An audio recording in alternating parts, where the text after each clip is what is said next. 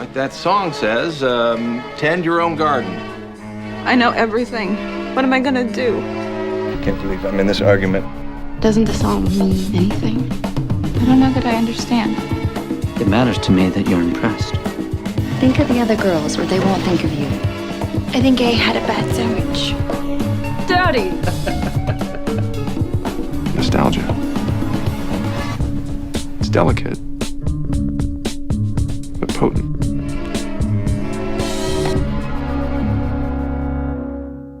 Welcome to Mad Men Men, the weekly show where we discuss a show that used to come out weekly. Each week, we take a close look at an episode of the AMC series Mad Men, which ran from 2007 to 2015.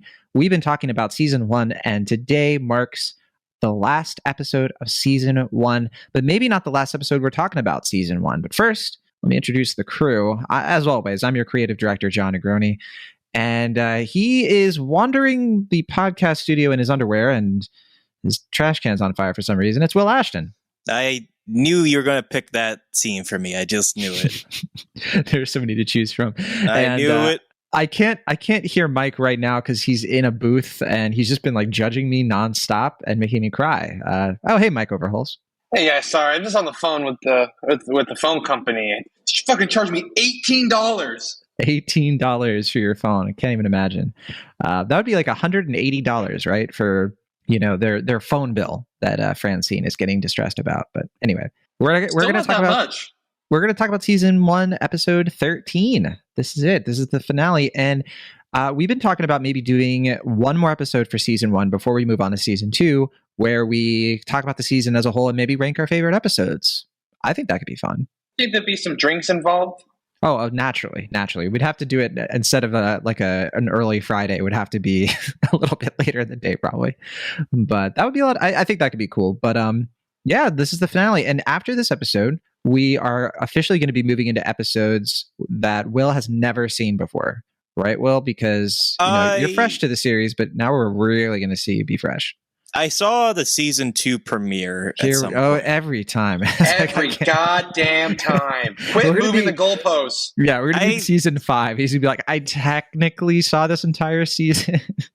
I have not moved the goalposts. I've said from at least episode 2 of this podcast, I saw the second episode the first episode of season 2 at some point, and I haven't seen anything after that. I don't know what happens from that point. Well, I do have some ideas. I've been spoiled on a few things, but trying to protect you all we can, but it's going to be difficult as we continue. My Twitter timeline, which I don't know if I told Mike this or not. Anytime now I see a tweet about Mad Men, no matter if it's good or bad or arbitrary, I just send it to John, acting like it's like a funny tweet. A lot. I just send like several John, a day. Yeah, I just see a bunch of tweets about Mad Men. I was like, yeah, here, I'll send it to John. It's a running bit. I'm going to do it until this podcast ends. Or my sanity ends. Yeah. But, it's going to be a long time. Oh, God. I think some of them are good. Just says like Jon Hamm's ham. It's not far off from what you're saying, but I think at some point I'm just going to like start searching for Mad Men. Like once I am able to move forward and like know some spoilers, I think I'm just going to search for Mad Men memes and tweets and just send them to John at random. We're just going to be old men. Meetings. Yeah, I'm going to be like Burt Cooper, just sitting at my desk. Yeah, just waiting for you to bring them in. Sure. This is the first episode. Go ahead, Mike. What's going on? You all right? I was just going to say, at least, what Will sends you has a through line. I get literally nothing but random Instagram reels from John. You never know when it's going to be.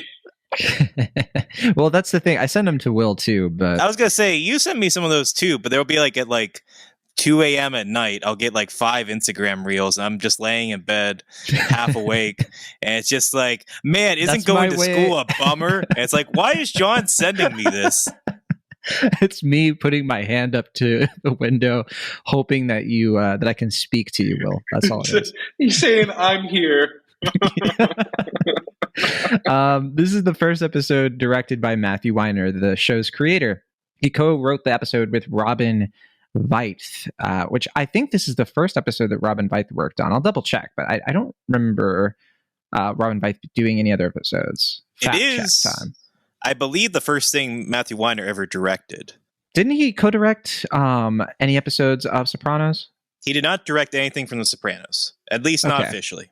Got He it. did. I was looking this up. He did do something in the 90s, which I don't know if it's a film or a student film or like a short film.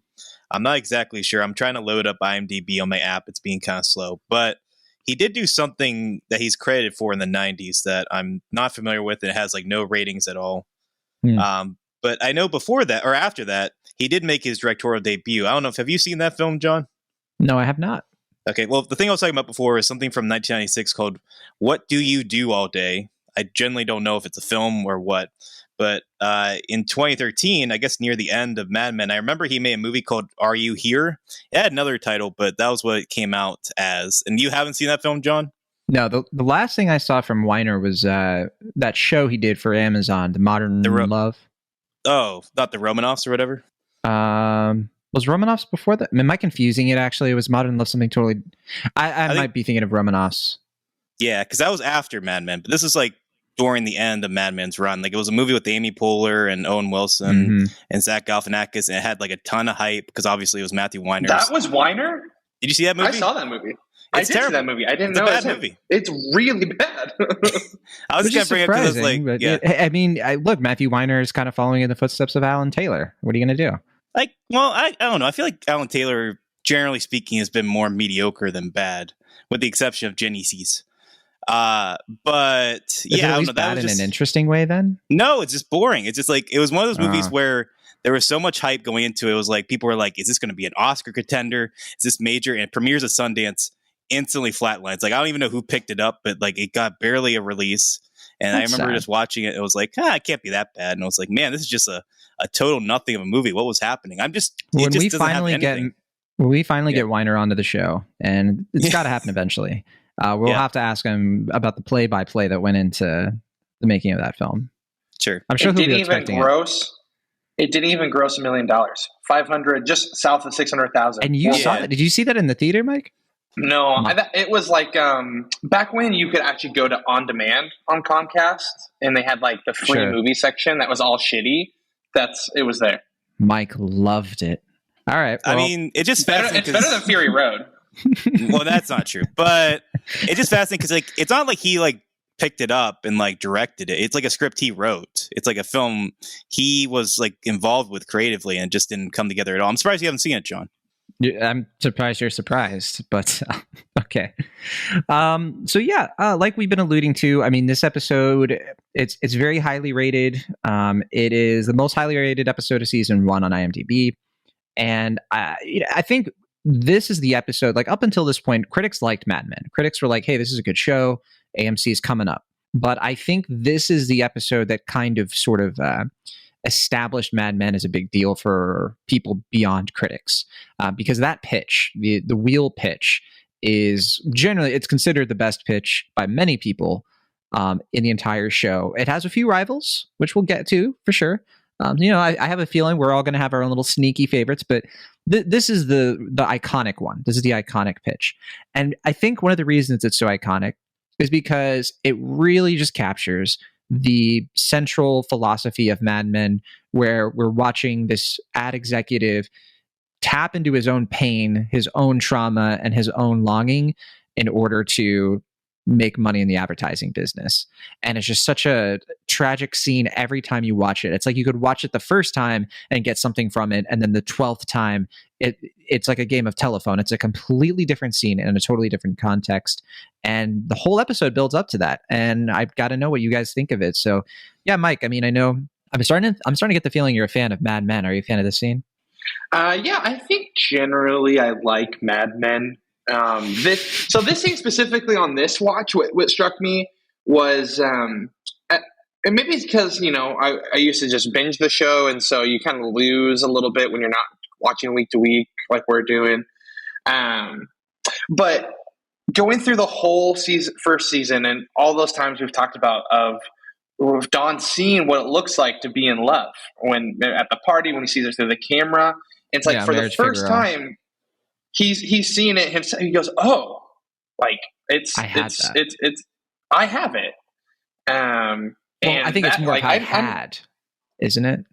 Well, no, because I think he still thinks it's had because he has that fantasy. We'll get to it, right? Mm-hmm. That he's going to go home and the kids are going to be waiting, and he picks them up. Which You're spoiler do is the not playful. Right, Will. The case. I'm sorry, was I supposed to say something there? Well, I was alluding to something very specific for you, Will. I'm sorry, what was that? Like the thing you sent me, where Don like picks up his kids every time he does like the playful. Oh yeah. I honestly forgot I sent you that. I send you so many Mad Men things that I don't remember all these like That's you sad. do. That's one of the better ones. But anyway, you were saying, Mike. No, I mean it's just that I think it is. He thinks he still has it, or like wants it. He's going back to it. He's so excited. But I literally just got a little bit of goosebumps just thinking about it because I mean on the first couple watches I just took it as what it was. Right, a great pitch. Don's like really excited about it. Whatever, but yeah, connecting it. It's just such good writing to connect it to the journey Don's been on the entire season. Do you think like this scene plays out differently than you remember, Will, or does it have kind of the same effects?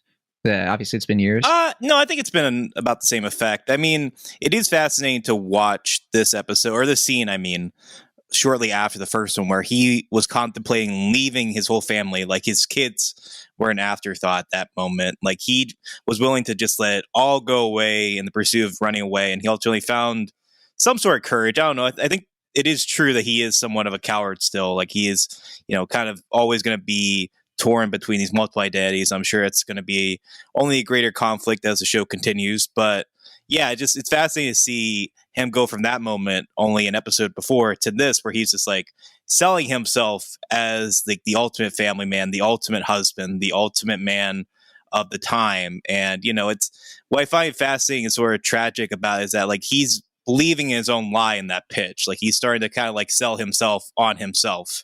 And, he seems to kind of buy it in a weird way. And that's what makes the ending really poignant. I mean, is that, yeah, he just kind of has to like live in the reality outside of work and being like, oh yeah, no, like I've really done a number on things in my personal life. I'm not the man I profess to be, and I have no family. I mean, Adam is dead.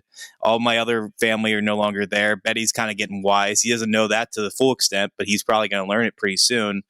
And yeah, it's just I think it's a really. No, I think he knows it when he's giving the wheel presentation. Sure. I think the implication is that he chooses to do the pitch that way because at this point he has found out that Betty understands or knows that he's having an affair, and this is his reaction. That he is trying to sort of like what you're saying, sell himself on yourself. Hold on one second. Hey, Mike. I don't know. Will, can you say something to him? We need him to be more confident, more bright. I feel like we should have brought in that person you suggested yesterday, Mike.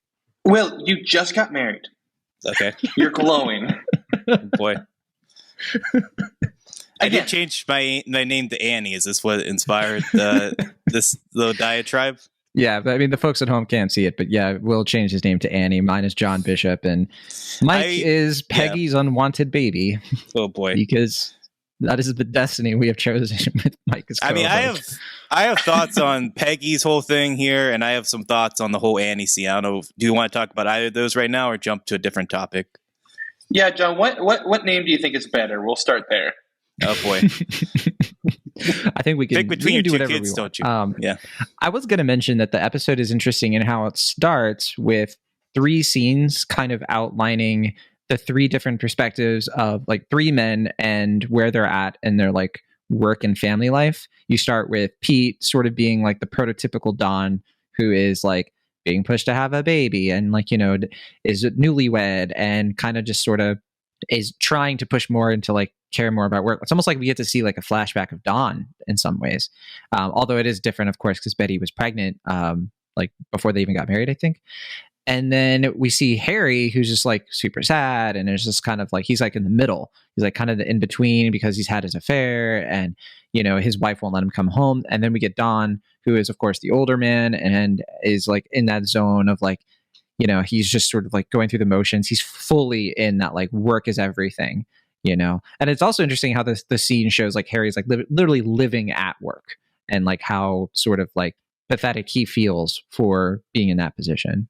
But yeah. And also it's interesting how the episode starts with, Pete kind of being questioned on like, hey, like, why you need to be tending your garden or whatever. You need to be like building a family. The episode literally ends with Don being alone in a house. We assume he's listening to Bob Dylan in his head.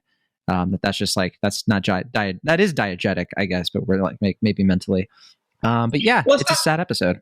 It's not just that too, but he has the father has the line where he's saying, all you do is you think about work. Like that isn't what it is all about, right? So I would say then you have that perspective too of someone even older in the industry longer than Don. He's gone from top salesperson to executive at this big company, and he's saying family is where you should be putting your priorities. Work is not going to fulfill you, right? So even that perspective with juxtaposed with Don sitting by himself in his empty house is pretty great. It's fitting then that like Bert literally gives Pete the Ayn Rand book, right? Like kind of solidifying. Yeah, exactly. It's and also, cyclical. It's kind of literized in that one scene where Don is literally like sleeping at the office. Like he can't separate work from his home life. And obviously, what's his name was also there. Harry was like just wandering around the office, as we mentioned before. But yeah, he just cannot, like, there is no real home life for him. Ultimately, he has to kind of make work his life. He has to make Don be the businessman to have that sense of purpose. But that purpose comes, like, his sense of like what makes him a good businessman is his home life. And he just can't ultimately really have that at this moment. Right. And for but Don, Harry being there, sorry. No, go ahead. I'll say, but Harry being there does, I think, spring the great idea and pitch that Don does have. So in a way, him being there, like it does help his career. It does help like propel him into that work being everything and being what he has to lean on right now. It seems to help him take his mind off of Adam, because that's the direct aftermath of Don finding out that Adam's gone, and the revelation, which has been hinted at, but we couldn't say yet, that Adam left the money, like he didn't spend it all, and because ultimately he didn't care about money, he didn't care about being Don or being successful, he cared about his brother. I mean, not only did he leave it, the money went to the city, which I find to be a kind of interesting idea, that like, Don spends so much time in the city. He's like trying to like make this home life, but he never really leaves the city. The city is his home. So in a way, the money kind of going to the city is a sort of bitter irony and a fitting one, I guess. Yeah.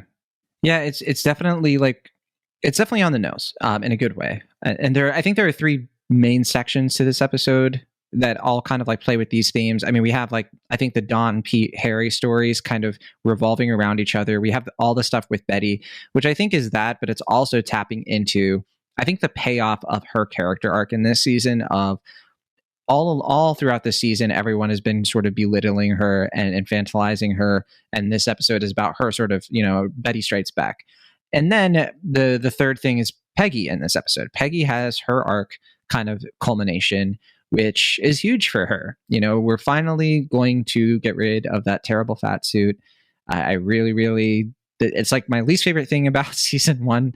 The prosthetics and it's not great. I was going to say, the first time I saw this as a teenager, I was not a fan of the whole idea that Peggy's accidentally pregnant storyline. Granted, I don't think I was really chalking it up to the whole, like, this is 2 years time. So I don't think I was checking that timeline as thoroughly as I would have now, but I still think it's kind of just silly in my view. Like the idea that she would just like not know. But that happens all the time. I know it happens. That's actually not uncommon. I know it's not uncommon. I just think for Peggy, it's just kind of silly.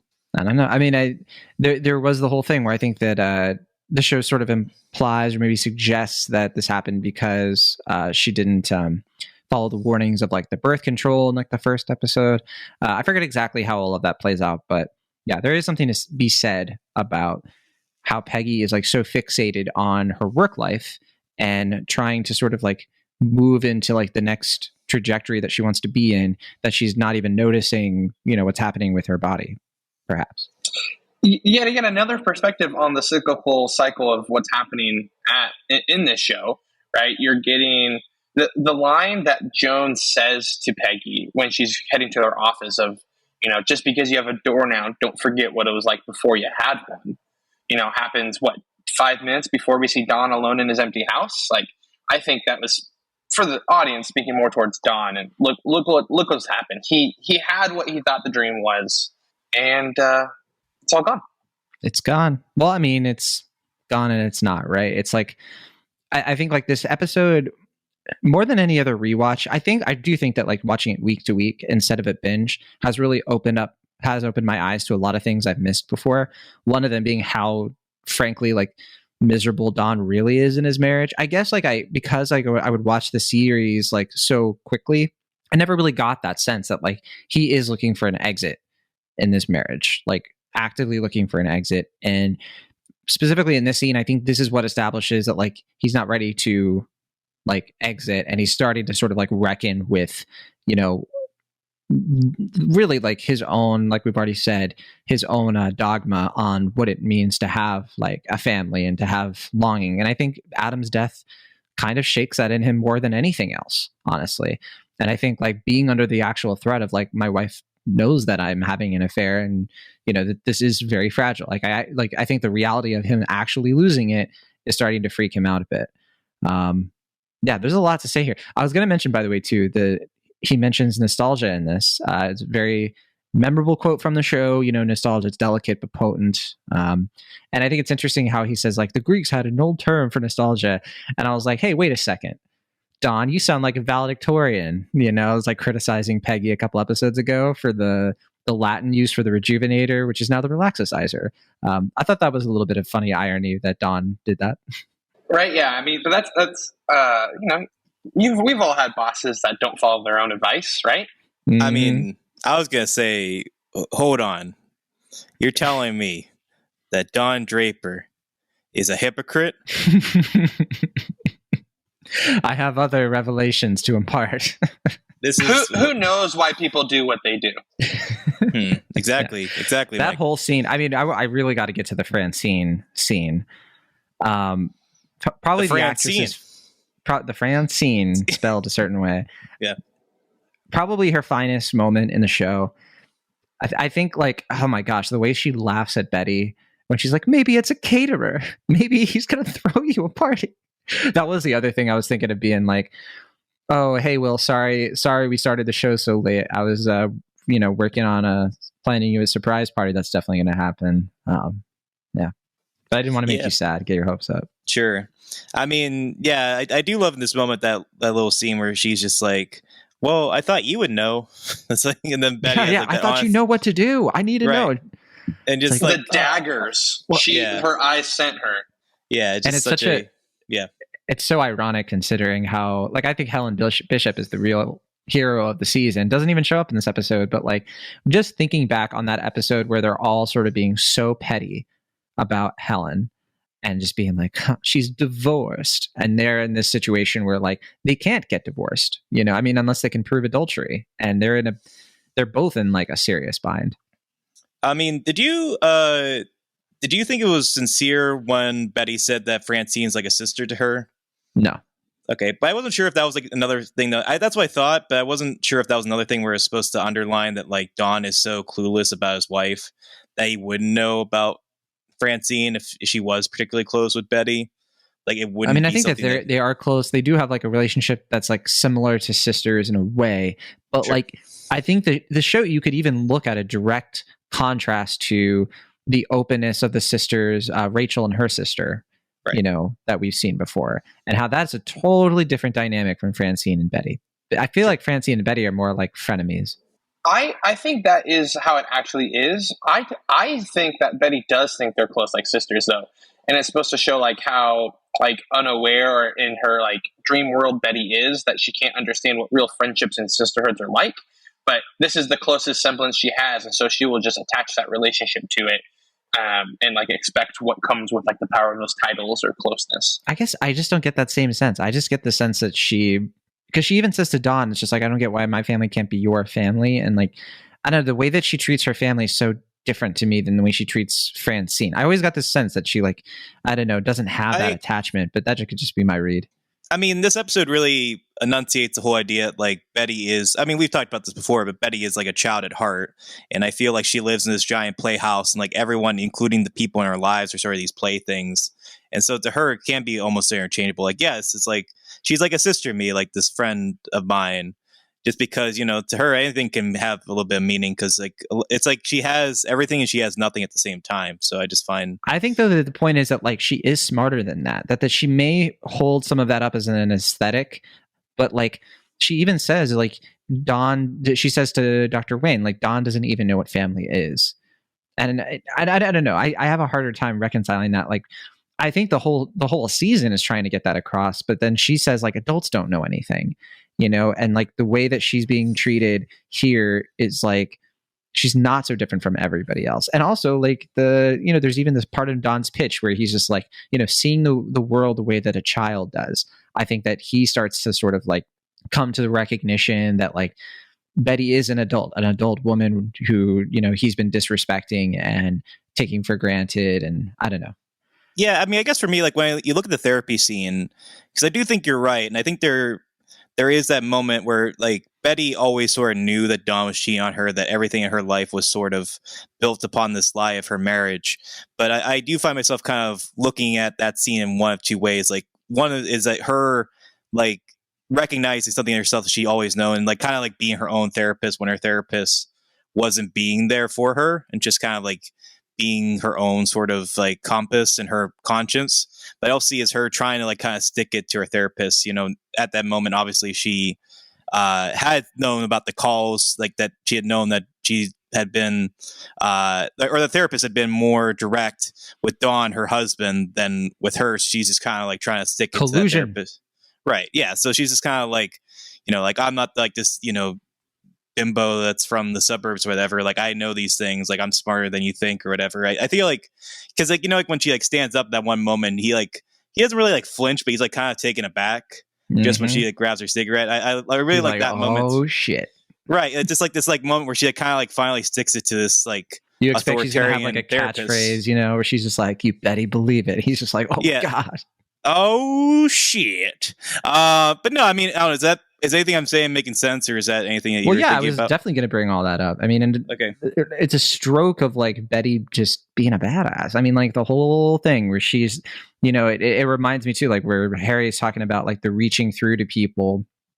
This is her way to get to Dawn. It's like sort of through a wheel, through like a time machine of like through to Arnold Wayne, going backwards and forwards to Dawn. And it's like her figuring out that puzzle. And then Dawn, of course, speaking to her through a pitch, and through a daydream. It's just like, the way it all comes together, I think is actually pretty brilliant. Can we talk about when she called the doctor though, and the way that was framed? Yeah, the way that she's like relieved at first, but then horrified. This is Dr. Arnold Wayne. Just even visually, like the cut from her, like looking in bed, but like now she's crisscross applesauce on the ground. Yeah, it looks like a little kid. It looks like a little kid, like about like, but this is the moment where she's going to leave that like little kid. I'm in my head dreams, like trying to hang on to this marriage to I'm badass Betty. He's having she comes an of affair. age. Yeah. Well, Glenn helped her. Give her the bravery. Yeah, that's like when she walked out of the parking lot. I was just like, look around the world. It was a whole moment. That, more creepy Glenn stuff. Which we had to get at least one more Glenn scene before. She's like, is it the last one? I'm so sad of the season. I mean, we definitely shouldn't gloss over that Glenn scene and just how. I mean, obviously, I don't think it's. Well, sure, it's obviously disturbing, but just the layers upon like going on behind the scenes too. Just like, how can we make this dynamic creepier? Let's have Matthew Weiner direct it. Literally, like he's like, I'm not supposed to talk to you. Says who? My mother and my father, you Matthew Weiner. Oh, I mean, just my mother and father.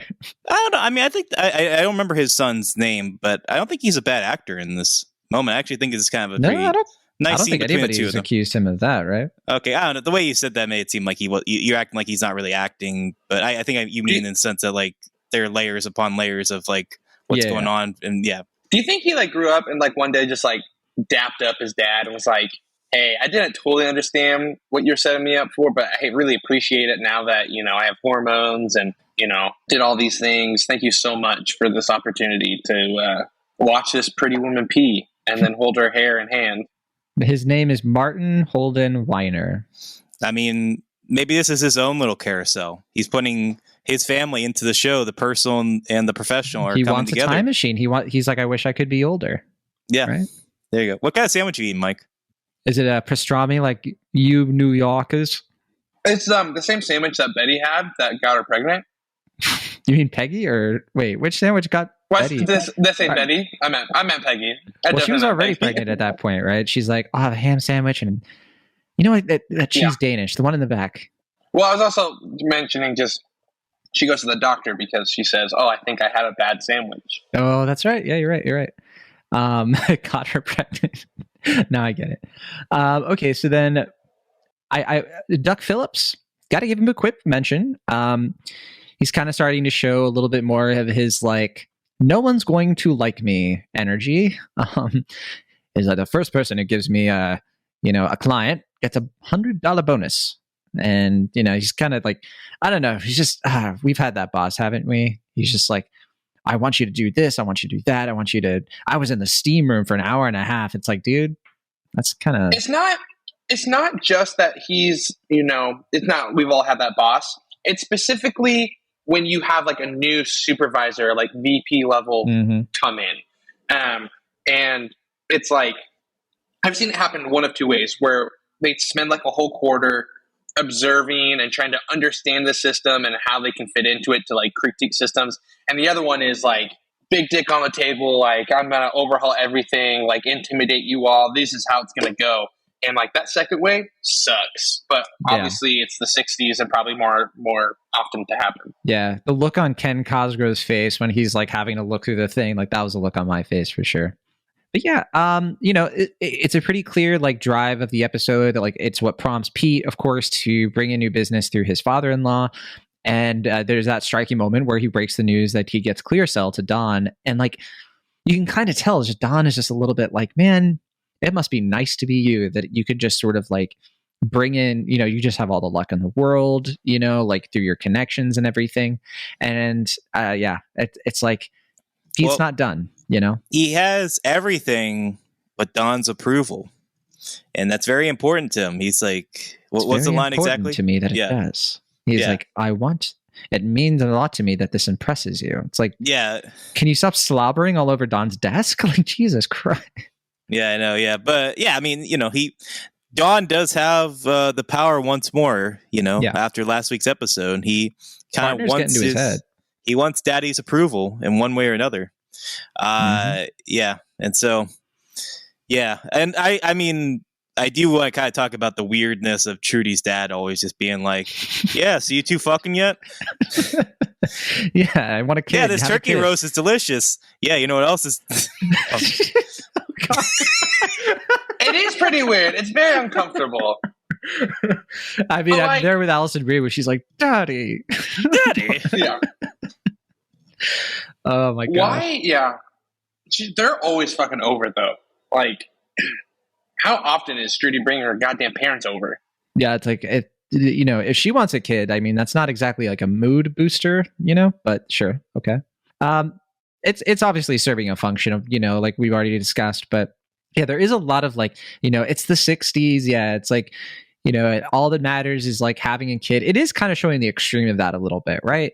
It's like, I know, Mike, you were kind of talking it up a bit. He's like, hey, this matters more, but there is also the excessive, side where it's like, if that's all that matters, then you kind of end up in this situation where you build up the facade where Francine and Betty are sort of being victimized, where they're in situations that they can't easily get out for the sake of their own happiness. And we don't see Trudy's perspective from that. I don't think that she's really having that thought process at the moment, but certainly, it's something to look out for, because it was unfortunately a very common thing back when divorce was, they only had at-fault divorces at this point, especially in states like New York. So, yeah.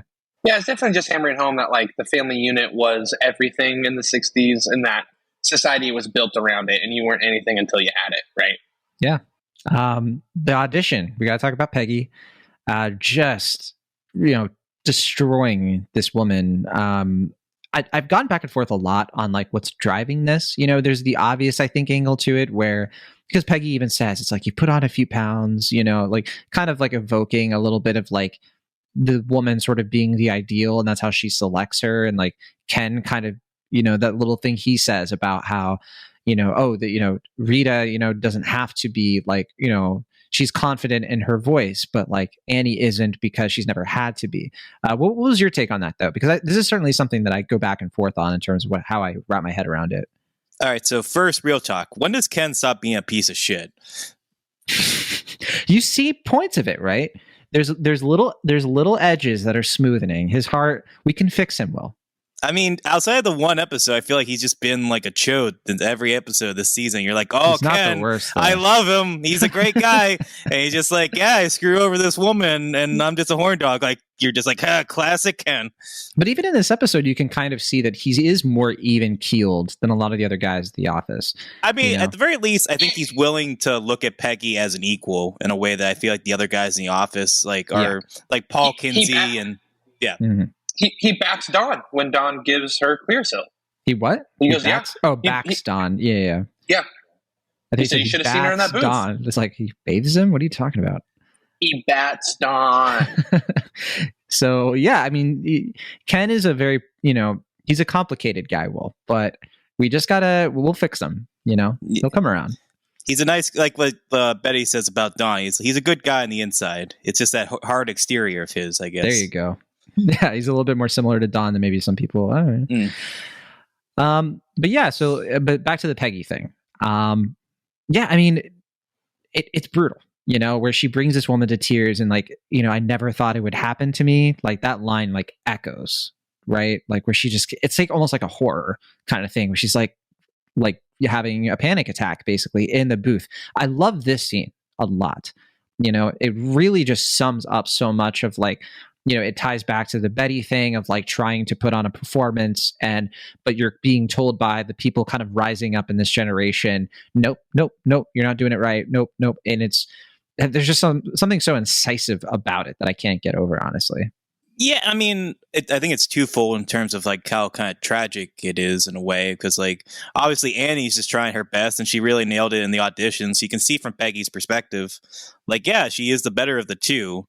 But, Ken, I think somewhat gently just kind of like, hey, we should go with Rita. Rita's her name, right? The other lady? Yeah, Rita. Even though her audition wasn't quite as strong, like she has that kind of moxie that they're looking for, and they think she seems a little bit more experienced in it. But I think Peggy can see something in herself in Annie, the way she's able to be confident without the experience, able to kind of push herself forward in a business and like kind of propel. But then you get to the audition, she's flailing, and not only is Annie flailing, but subsequently Peggy is flailing because she can't get this quite right, and she's trying to direct her, but she's also trying to be the boss, and her experiences about being the boss come from men, so she doesn't quite have the gentle touch that even Ken's like, what the hell are you doing? Like, let her down easy, please. When she fires go in her. There, yeah. So yeah, I don't know. It's just a tragic scene. I feel for Annie. I really do. We're setting up some really great material, though, for Peggy moving forward in the show and her sort of finding her, that balance of like, I do think that she is influenced by, male attitudes and is trying to like take them on. She's sort of the anti-Betty in that respect. But obviously that has its downsides, and severe downsides in how that affects her behavior. John, you were primarily with like visual assets, right? Have you ever done like any audio assets like this for any type of marketing campaign? Audio assets? No, not really. All the audio stuff I do is like podcasting, like we're doing right now. Check out Mad Men on theyoungfolks.com. I was gonna say, I mean, I feel like Annie, fun. I can relate to Dear Annie, because it's like John's like, yeah, I can see this Will guy being a good co-host of a podcast. Those first few episodes, he's like, you're not bringing that moxie you brought to Now Conspiring. It's like, I'm trying, Jonathan. I'm trying to review John Wick Chapter 2. I'm trying. He's like, no, you got to bring that moxie that you brought to Swiss Army Man. It's like, I'm trying, John. What do you want me to do? Be confident. Will is just like, I never thought it would happen to me. Asking for pineapple juice for the cold in his throat. Yeah. There's water in the corner. Water on the side of the corner. Yeah, it's toilet water. Yeah. Oh, man. By the way, we can't let it slide. And, I don't want to move on to Carla, the new nanny, until Mike has said his piece. But did you have anything to add, Mike? I know you just took a big bite of a sandwich, so I can... I'm so fascinated. I have so many meetings after we record this. It's like I have to eat now, or I will not eat until 4. Well, just tell me what sandwich it is. I just want to He's know. putting his work before the podcast, Will. You hate to see it. So fitting. Well, yeah, of course I am. Well, I got my father-in-law breathing down my neck about fucking his daughter. I got my wife trying to fuck the neighbor's kid. There's a lot happening right now. I was going to say that, damn.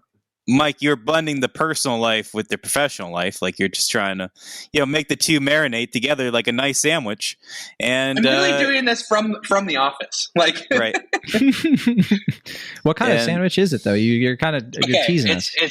It's a Jersey Mike. It's like number 9 or whatever. It's turkey. You're roast Mike beef, eating a Jersey Mike's? Wait, is this from Five Guys? What's for dessert? No, Mike? it's from Jersey Mike's. Oh, Jersey Mike. Oh, okay. Mike and Ike's for dessert? John, you make puns off of your name more than anybody I've ever met in my life. You literally exclusively order Negronis when we go out to drink. I do not want to fucking hear it. I wouldn't say exclusively, but it is an excessive amount. That's true.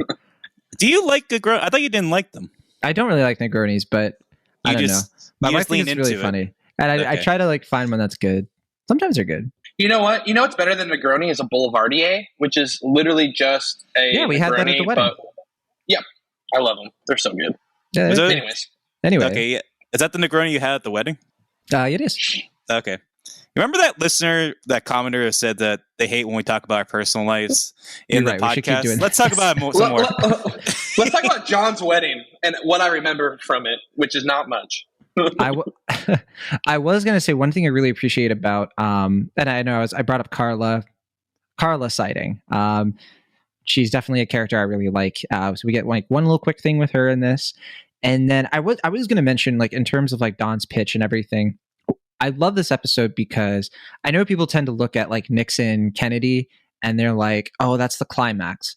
What's brilliant, I think, about The Wheel is that it's exploring how the stakes for Don aren't really about his secret affecting his work, because we find out that Burt Campbell doesn't care.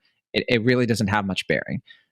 Where it's going to sort of erode at Don is through just him as a person, losing Adam, potentially losing Betty. And this episode sort of sums up, I think, the main character conflict for Don. And that's just his feeling that he's not enough and that his soul is broken, and this secret is killing him, but not in the way that I think he fears the most. And that's what I'm excited to see explored more in future seasons. If it is, I don't know for sure, because I wouldn't spoil you, Will Ashton, on the themes of episodes future. So I'm not a carousel, I'm not a time machine. How do you think Don is doing so far, as a partner? Do you feel like the show's hinting at it, eating at him and being more stressed? Is he enjoying it? What's your read? I think he's doing fine. Brought in Duck and sort of dealt with the Pete crisis, and the Kodak thing is successful. But I think that he's treating work as an escape right now. I think that he's using it to get away from his problems at home. Problems at home, or problems that are on a ship to visit Paris? What? He's talking about Rachel. Yeah, Rachel. That opening scene. Oh, that's right. Yeah. He misses her. She's his buddy. Well, I mean, she was his confidant. She was the woman that was kind of in some ways his equal, in some respects, willing to chew him out, speak him out. Yeah, chew him out like that nice sandwich that Mike was having a moment ago. I think we mentioned an episode or two ago. I wasn't sure about this yet, and I got some confirmation that season 2 had not been greenlit yet by the time they were filming The Wheel. So they were making this as this could have been the series finale. And I think it would have worked as a series finale, actually quite well. It doesn't tie up everything, but it certainly ties up the main story beats of season 1, in my opinion. Yeah, I think that makes sense. Yeah. I think the only thing you would leave wanting is what's going to happen with Peggy, right? It seems like her journey's just starting, but it would answer everything else. But then it's interesting, not trying to spoil season 2, but if this was a season finale and what you would assume would happen for the rest of their lives, and then actually knowing what happens, because I've seen the rest of the series, very interesting. We can tell you if you want, Will. I mean, you can tell me, but would you risk telling the listeners? I was going to say there's not enough Joan Holloway in this episode, So it's not a perfect Mad Men episode, and there's no Roger. So high praise for this episode that it's as good as it is without John Slattery.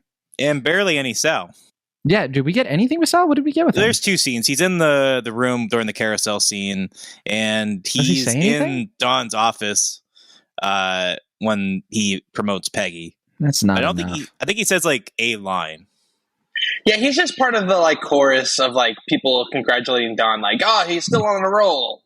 Ah, good on you, pal. He's going to keep it coming. He's going to be the man. Yeah, I read a thing, a potential story beat they had in mind for this. If they were thinking of killing off Harry Crane, apparently in this. Yeah, it was going to be the recreation of the opening, right? Yeah, so like it was going to allude to that, and then it would be like a way to sort of end the series would be with Harry Crane's death. But apparently, Rich Sommer did a great job in the role as far as Weiner and them were concerned. So they brought him back for season 2. Spoiler alert for that. You're going to see him again. Yeah. What is it with these AMC guys like trying to kill prominent characters in season 1? Like Vince Gilligan was going to kill off Jesse Pinkman in season 1, but it didn't because of the writer's strike. Matthew Weiner was going to kill off Harry. Like, what's the deal with all this stuff? Yeah, they're bloodthirsty over at AMC. I don't know. Yeah, I know. Yeah, seriously. Yeah, you thought Game of Thrones, was safe, but yeah. Yeah. You were to say something, Mike? I was gonna say you can't have 2 suicides in like the span of 3 episodes to end your series. I don't know. I'm glad that is a lot. Yeah, that's a lot to deal with. It was the late 2000s. It was an edgier time culturally. People they wanted to be shocked. On their entertainment. I have some trivia to go through if you guys are ready to go.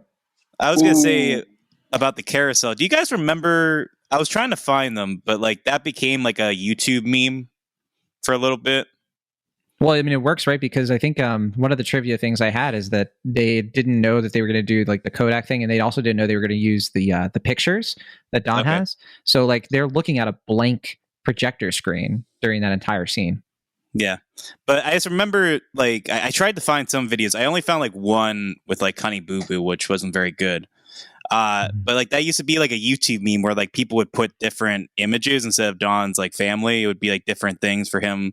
Like, nostalgia is a powerful thing, which is a funny... I think they should bring that back because I think it's a funny idea for a meme. We should do it. We should yeah. It was kind of similar to, like, when Breaking Bad, like, and these ones are still around. I could find them pretty easily, like, when... Walt gives Hank like the video. It's like there were some memes about that video. I remember it was going for a similar thing, but I don't know. I can't find them. I think that needs to be a meme that comes back, though. That's my opinion. Speaking of memes, I did think it was funny how like heavy he was hitting on nostalgia, and it's like, oh wow, this is the best pitch in Mad Men, which it is, and then just like how fucking heavy nostalgia has been in our lives for like the last 7 years, like to the point, it's a bad cultural phenomena, I think, when South Park starts to parody it, and like South Park with you guys see the member berries? You know what I'm talking about? That was the last full season I watched of South Park. Yeah. Member? Yeah. Do you remember your family? Star Wars? Like that.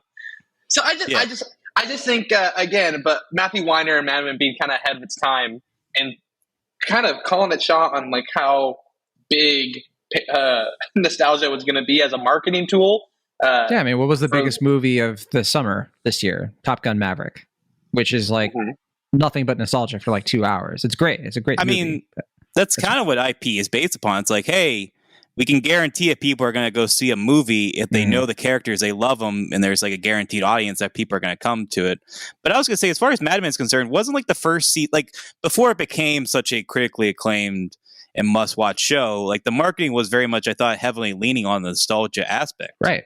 It was Mad Men, the 1960s, welcome back. Right. Yeah, like it's the early 1960s, back when things were simpler, things made sense. The nostalgia of like, Sopranos is over, but, the people who made it are back. So like tapping into the nostalgia of like trying out a new show, a prestige show like this.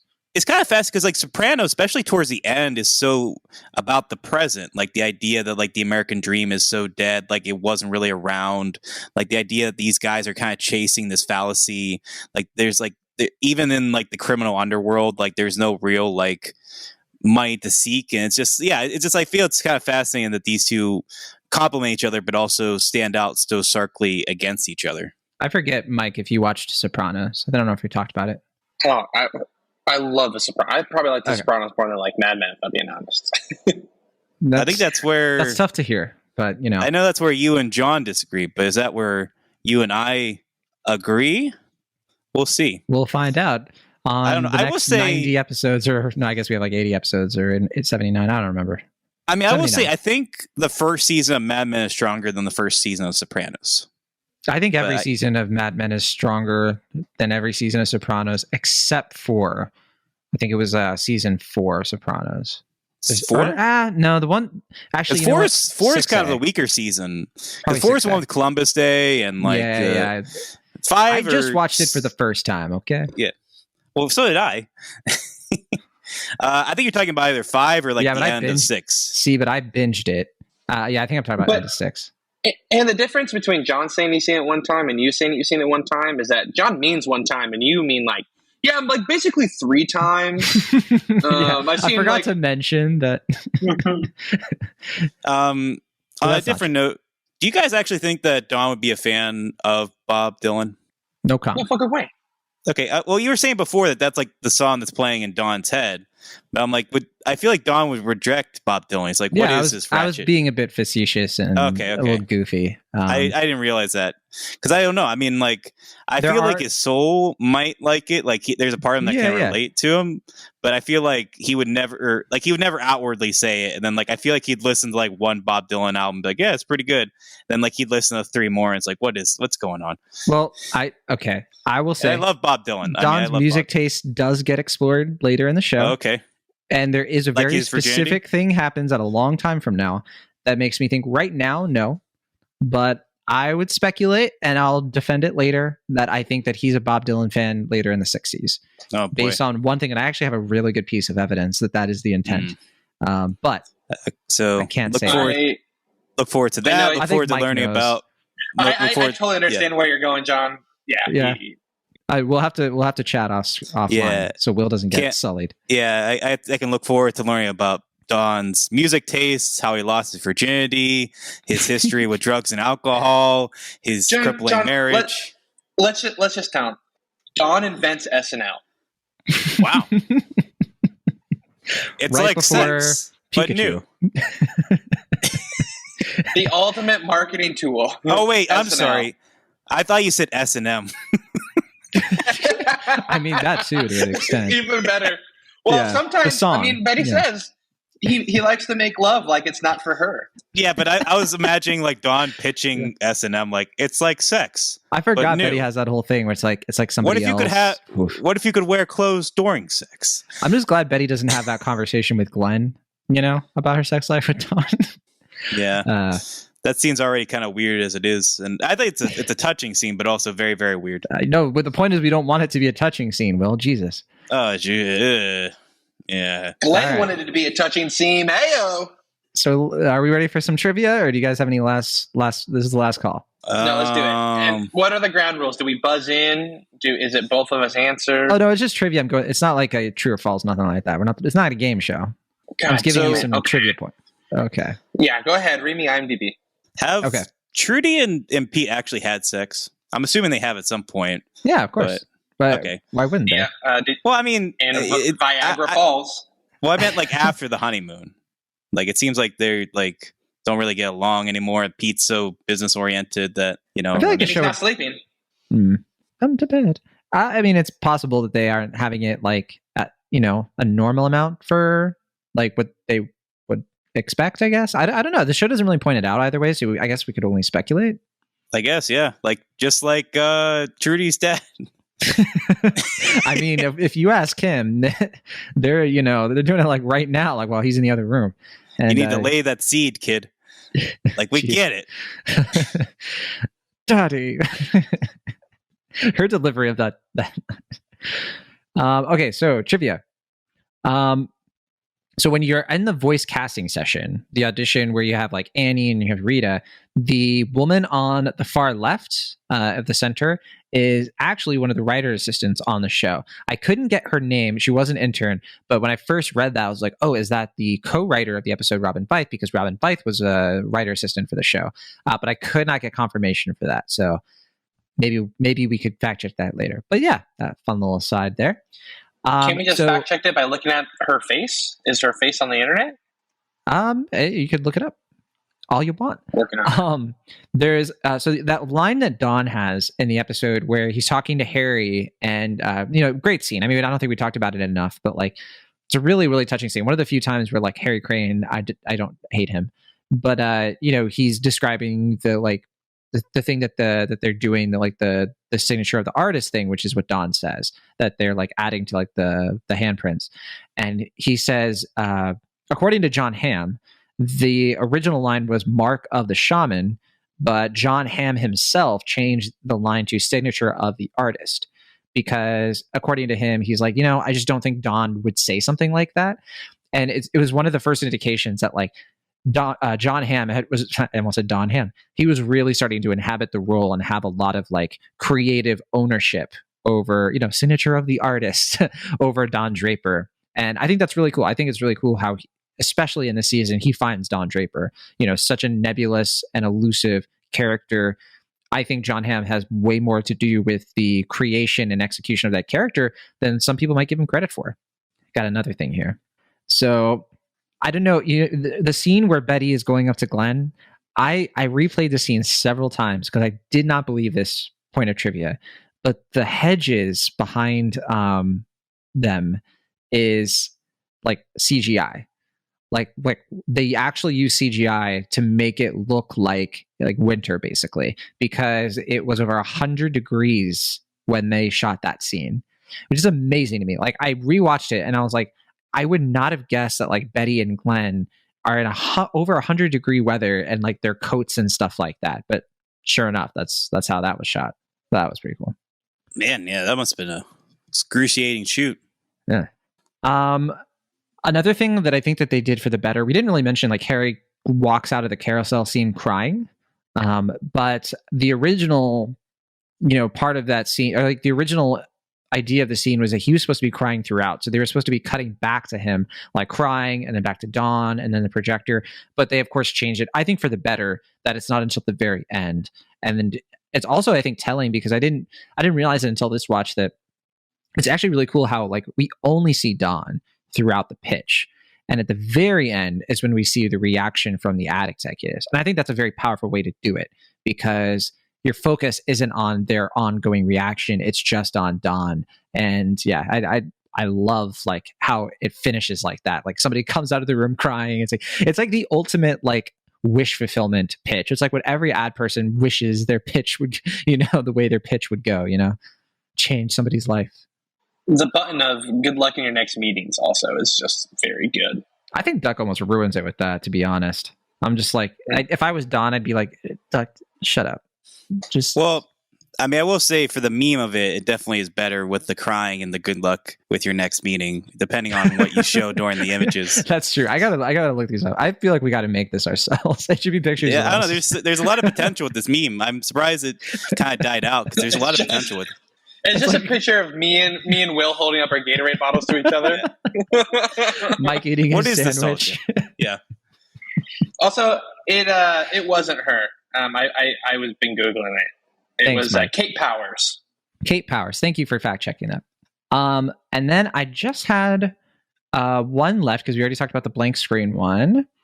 Oh yeah. So the scene where everybody is celebrating in Don's office is a purposeful callback to the pilot, which is a great way, like the season kind of bookends a bit with like the Lucky Strike pitch in the first episode, and then of course this pitch going so well in this episode. And also like the way that Peggy and Joan, it's like a nice thing to catch to the way that like Joan is walking Peggy through the office in the first episode with her box, and then in this episode we get to see Peggy go to her new desk that she's going to be spending a lot of time in, right? With that new character, that new fun character, then she's going to be, no hiccups or anything. All the hijinks that are about to ensue. My goodness. Yeah, what's your prediction, Will Ashton? What do you think's do you remember what happens next in the show? In season 2 or just beyond? Without giving it away for people who are listening and watching along. I mean, I remember one thing that happens to Dawn. I don't know if I've actually told this to Mike, but I've seen like fragments of season 2 at a college party. Told you, it was Mike. Just on the background. Goalposts. Will, why do you keep doing this to yourself, man? Well, I mean, I wasn't really paying attention. It was just like things are going on in the background. We're going to be on season 3, and Will's going to be like, I did a dissertation on this episode. Yeah. Do you know that her office so I mate actually becomes directed a the Zodiac finale. killer? Yeah. What was that? Do you know that her office mate becomes a Zodiac killer? I mean, that would explain why he said, "Hi, my name's Ted Cruz. Nice to meet you." Yeah. Deep on the memes today. Yeah. Yeah. And that is The Wheel. Great episode of Mad Men, one of the better ones, and it has some of the best stuff that Mad Men has to offer. Some of the best Betty material, one of the best pitches in the entire show, if not the best. Yeah, are you guys believers? I feel like we're in agreement, right? Yeah, I mean, certainly these last 2 episodes, I think, really bring this season to a strong conclusion, especially given the kind of wobbly few episodes before it. In your opinion, I mean, I obviously am not the biggest fan of Long Weekend, but I guess we'll talk about that in the next episode, right? Well, the next one comes out. Next episode of Mad Men. Sure. We'll talk about we'll rank a ranking of kings is what we'll do. Sure. Mike, are you gonna see Confess Fletch? Starring Jon Hamm? Yeah, I'm a Haminator. I'll see anything my boy puts out. I mean, it's him and Lucy in the Sky. Did it have diamonds? No, the Lucy in the Sky, the one where Natalie Portman wears a diaper and No, she doesn't Jon wear Hamm. a diaper, or she buys a diaper, but you never see her wear the diaper. It was a big point of contention in that film. I think it's implied, Will. Sure, but that was like the whole thing that they tried to like undersell when everyone was like, "Oh, so that's the diaper story." It's like, no, this is a serious character. I didn't mean to wrinkle your feathers, Will Ashton. No, but I mean that's a show. It's another one that was directed by a famous TV creator, movie Noah Hawley, who made the TV version of Fargo and Legion. Mike, what we're trying to say is, did you watch Lucy in the Sky? I did not watch Lucy in the Sky. I'm sorry. What about Marjorie Prime? I did see Marjorie Prime. Okay. Are you just going to start quizzing me on movies? No. What about $1 Million Arm? Okay, so literally, I pirated $1 Million Arm, but the version I pirated it was literally all in a different language. I think it was like all of it was in like I actually don't. Is it Indian? I don't know what the actual language, if it is anything. Why? Who would pirate $1 Million Arm? You? Me, when I lived in California with Maxfield, and we watched it, and we used to watch it with subtitles, and it was insane. Okay. Oh, no, I'm sorry. That's what it was. It wasn't a different language. It just didn't have the subtitles for every one of those characters who didn't speak English, which is a lot of them. And so you had to like infer kind of what was happening and what they were thinking just based on like their tone of voice. Context clues? Okay. I'm learning so much about you, Mike. I didn't know there was so much left to explore. I think that Jon Hamm's best work is his recent progressive ads. They're pretty good. Even better than Mad Men. I mean, I don't know if you've heard, he was on the most recent episode of Comedy Bang Bang, and Scott Aukerman asked him, like, why are you doing all these commercials? It's like, I have bills to pay. He's like, what bills do you have? All right. If you are a fan of Mad Men or Mad Men Men, let us know what you think of the show. We want to hear from you, of course. Our email is in the show notes. I forget what it is off the top of my head. It's like Mad Men Men Pod, or it's there. But also we're on Twitter. So yeah, hit us up. If you have any thoughts on season 1, now that we're moving into season 2, or if you have your own ranking of the season 1 episodes, I'm curious what people have on their lists, because I still have to put mine together. So should be a fun discussion when we wrap up season 1. And we're doing it, guys. We're making our way downtown, faces past, walking fast, and we're season 7 bound for Mad Men. Lots of room to go. So yeah. See y'all in the next one, I guess. Bye. All right, see you.